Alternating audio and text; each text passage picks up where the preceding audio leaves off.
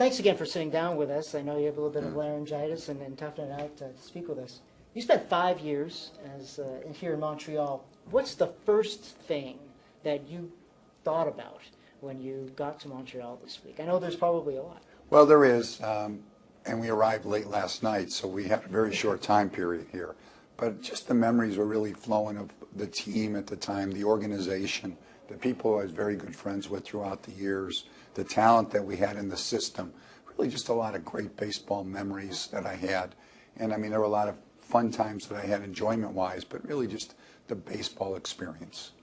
Can baseball work here? I mean, they've had exhibition games for the last few years at the Big O.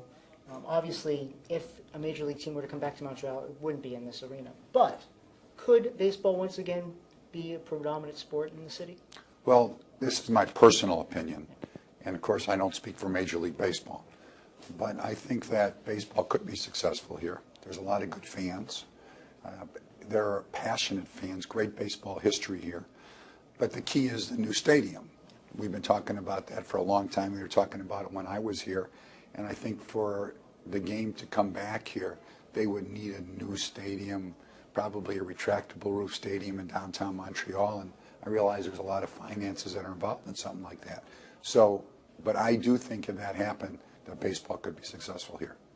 One of the questions that I got on my Twitter account from Nick Hall asked, what did you take from your experience as the Expos general manager that is kind of stuck with you throughout the rest of your career and here into Boston? Well, of course, I started my general manager time here, and I had a great mentor in Chicago and Roland Heeman before I came here. But I think a couple of things. One was the heavy emphasis on player development and scouting and how important that was, and how important it was to get quality people in those positions, let them do their jobs, and be aggressive, because we had a great farm system. A couple of times we were Organization of the Year when I was here. The other thing was, I was 31 when I first became the general manager, was that I surrounded myself with veteran baseball people. John McHale Sr. at that time advised. He was a part owner in the team. Charles Bronfman asked him to spend some time with me. But we had a guy like Whitey Lockman, who was a special advisor. He'd been in the game a long time. Jim Fanning. And these people could advise me on various things. So that was a very important thing, and I've gone with that philosophy throughout my career, to have somebody like a Pedro Martinez, Jason Varitek, Andre Dawson, Tony Perez in Florida, to have those type of individuals involved. Now moving on to the Red Sox, there are a lot of questions surrounding the team this year, from left field, first base, starting pitching, but I think the big story right now is Pablo Sandoval not getting the start on opening day. Are you comfortable right now with how the situation is being handled with Pablo? Sure, I sure am. John Farrell, manager, made the decision. Support his decision. I think he feels that Travis Shaw gives us the best chance to win. Travis has swung the bat well. He's played well defensively. And he also did play good for a couple months last year. It's not like you're taking somebody who didn't have any experience. He had 13 home runs for us last year. So it's a difficult decision. But I respect John's ability to make it, and I think gives us the best chance to win. And hopefully Travis keeps playing well and it keeps performing. Pablo will get his opportunities, and when he gets his opportunities, he'll have to be in a position where he takes advantage of them. The team has finished at the bottom of the standings the last 2 seasons. Red Sox fans, if the team gets off to a slow start, should they be concerned? Well, I actually think we have a chance to have a pretty good club. So, I mean, everybody has some question marks surrounding them. But when you say, for example, at first base, well, Anthony Ramirez has really been good at first base. He's swinging the bat well.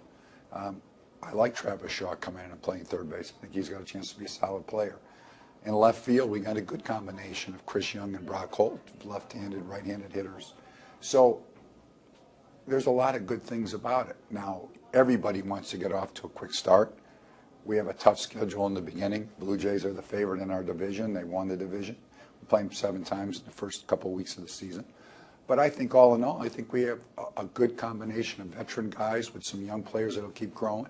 And again, like a lot of people, the key will be for us our starting pitching. David Price, I think, will pitch well.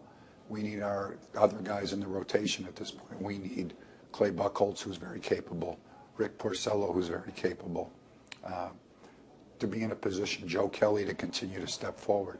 And if those guys can give us consistent outings, I think we'll play good defense and we'll score runs and we have a chance to have a good club.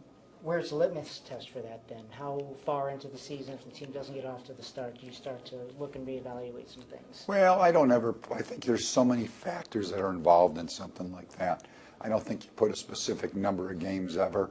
I think for us, for example, the first month of the season or first 3 weeks, we won't have Eddie Rodriguez.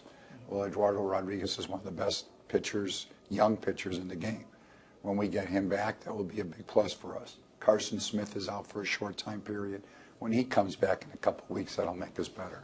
Christian Vasquez is an outstanding catcher, so he'll come back at some point. So when you start getting these guys back, it changes your club, but also in the meantime, you have to stay healthy at other spots. So there's just so many moving factors. I think that we have a chance to be solid, a good club, and it's going to be a tough division. It's going to be a lot. Real American League's a tough league all in all. So I think you just have to come out prepared to play right off the bat, and we will be. And the last thing is, we are in Burlington and a single-A affiliate of the Vermont Lake Monsters. That Lowell comes through a lot. How important do you emphasize putting the young talent on that Lowell team? Because we've seen some big names. Mookie Betts has come through. We've seen him play out at Centennial Field. How much of an emphasis do you put on Lowell? And we should expect to see more of that probably this summer. Very much so. We're a heavy organization with player development and scouting. We're very active in the international market in Latin America. Those young players started off for us in the Gulf Coast League last year.